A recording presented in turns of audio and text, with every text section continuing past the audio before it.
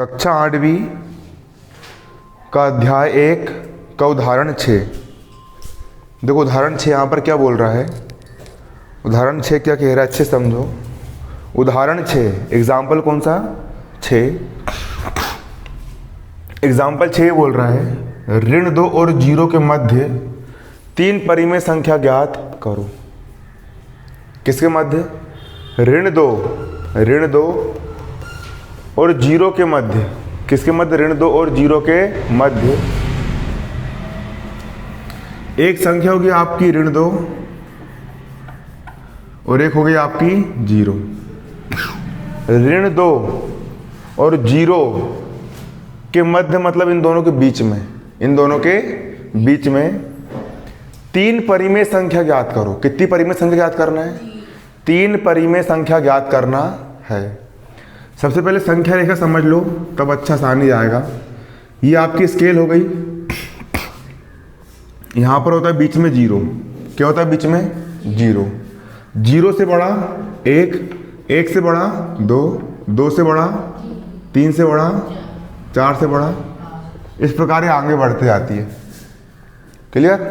5 से छोटा 4, 4 से छोटा 3, 3 से छोटा 2, 2 से छोटा 1, 1 से छोटा 0 से छोटा ऋण 1, ऋण 1 से छोटा ऋण 2 और ऋण 2 से छोटा ऋण 3, ऋण 3 से छोटा ऋण का 4। सीधे हाथ तरफ जाओगे धनात्मक संख्या मिलेगी और इस तरफ आओगे तो कौन सी मिलेगी? ऋणात्मक संख्या। कौन सी मिलेगी? ऋणात्मक। तो ऋण 2 और 0 के बीच 3 संख्या याद करना है। तुमको पता है ये ऋण 1 है और ये ऋण 2 है। यहां पर तुमने देखियो 1 और 2 स्केल देखियो, बीच में 10 डंडी रहती, बारीक बारीक सी रहती है, 10 लाइन। 1 2 3 4 5 6 7 8 9 10 रहती इस प्रकार से रहती है ना, 10 डंडियां। तो उनके बीच में 10 संख्याएं होती है, 10 संख्याएं होती है। 2 संख्याओं के बीच में हजारों अनगिनत संख्या होती है। फिर ये 2 डंडी हो गई, इनके बीच में 10 और होंगे। फिर जितना अंदर जाते जाओगे छोटा छोटा होते होते अनगिनत संख्या होती है। इतनी संख्या होती है कि आप, है ना, अनगिनत होती है। तो अनगिनत नहीं, अपन को सिर्फ कितनी चाहिए? अपन को सिर्फ 3 चाहिए। किसके बीच की? ऋण 2 और 0, इन दोनों के बीच में सिर्फ 3 परिमेय संख्या निकालना है। कितनी निकालना है? 3 परिमेय संख्या। ऋण 2 को आप क्या लिख सकते हो? ऋण का ऋण, 2 का 2। ऋण 2 को हम ऋण 20/10 के रूप में लिख सकते हैं। अब पूछो कैसे लिख सकते हैं? बताओ कैसे लिख सकते हैं? क्योंकि नीचे के 0 से ऊपर का 0 कट जाएगा, नीचे के 0 से ऊपर के 0 कट जाएगा। सिर्फ कितना बचेगा? ऋण 2 बचेगा। कितना बचेगा? ऋण 2। मतलब चाहे ऋण 2 लिखो या ऋण 20/10 लिखो, बात बराबर है। क्लियर? और 0 के रूप में लिख सकते हैं। और 0 को अपन क्या लिख सकते हैं? 0 को अपन 0/10 लिख सकते हैं। अब पूछो कैसे लिख सकते हैं? क्योंकि 0 में तुम किसी का भाग दो, 0 में किसी का भाग दो 0 ही आएगा, और 0 में किसी का भी गुणा करो कितना आएगा? 0 ही आएगा। आपने 0 में कितना भाग दिए? 10 का भाग दिए, कितना आएगा? 0 ही आएगा।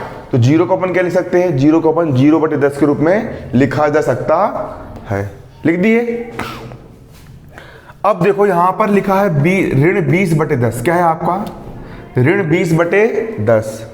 और ये कितना है आपका? 0/10। कितना है आपका वो? 0/10। अब हमको किसके बीच निकालना है?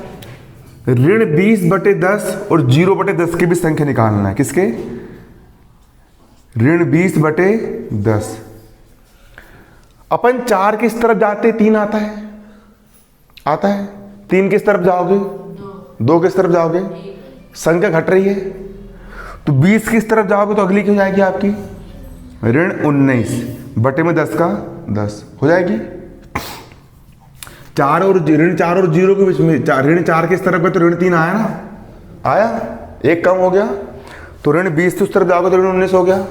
फिर एक कम और कर दी तो ऋण 18/10। फिर एक कम और कर दी तो ऋण 17/10। एक कम और कर दी ऋण 16/10। इसी प्रकार से चलेगा ये। तो 3 संख्या निकालना है, कोई भी 3 लिख दो, 1 2 3, ये 3 हो गई। ऋण 19/10, ऋण 18/10, ऋण 17/10 है ये 3 परिमेय संख्या। किसके बीच की? ऋण 2 और 0 के मध्य की, बीच की 3 परिमेय संख्या है। बन जाएगा पक्का। अगला एग्जाम्पल 7।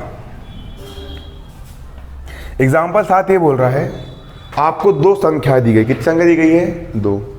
पहली संख्या दी गई है ऋण 5/6। पहली क्या है आपकी? ऋण 5/6 और अगली क्या है? 5/8। क्या है?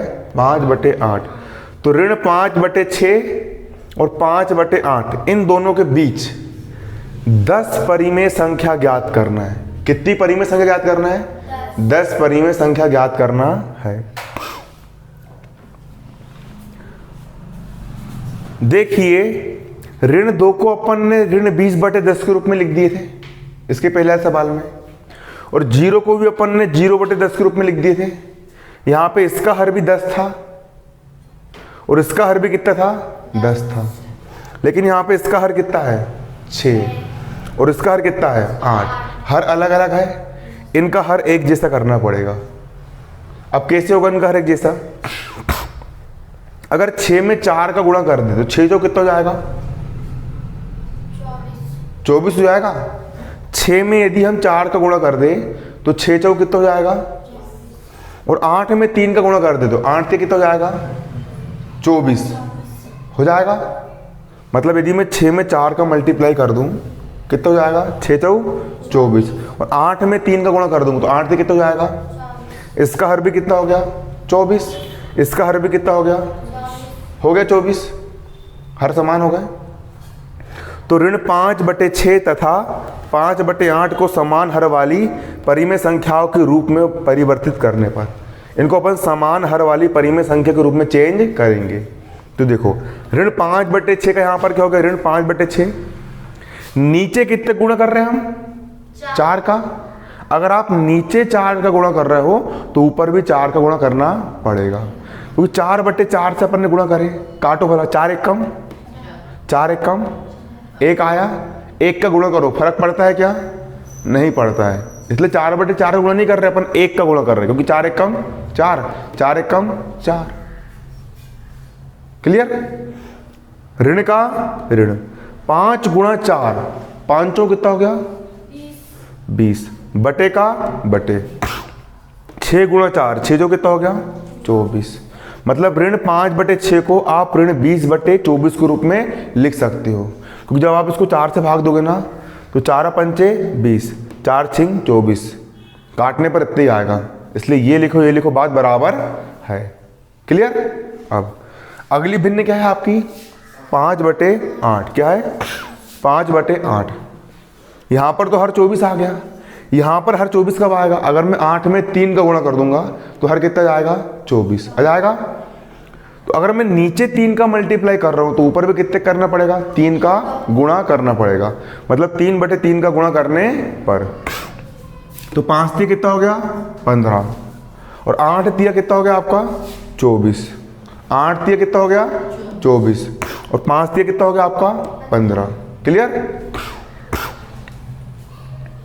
मतलब 5/8 को आप 15/24 के रूप में लिख सकते हो और ऋण 5/6 को आप ऋण 20/24 के रूप में लिख सकते हो। अब ऋण 20/24 और 15/24 इनके बीच 10 परिमेय संख्या निकालना है। 20 से छोटा क्या होता है? ऋण 19/24। फिर उससे छोटी ऋण 18/24, उससे छोटी ऋण 17/24, उससे छोटी ऋण 16/24, उससे छोटी ऋण 15/24, ऋण 14/24, ऋण 13/24, ऋण 12, ऋण 11, ऋण 10। कोई भी 10 निकालना है। कितने निकाल लिए अपन ने? 1 2 3 4 5 6 7 8 9 10 11 12। अपन ने 12 निकाल ली। तुम और भी आगे निकाल सकते हो, है ना? ये क्या निकल गई आपकी परिमेय संख्या।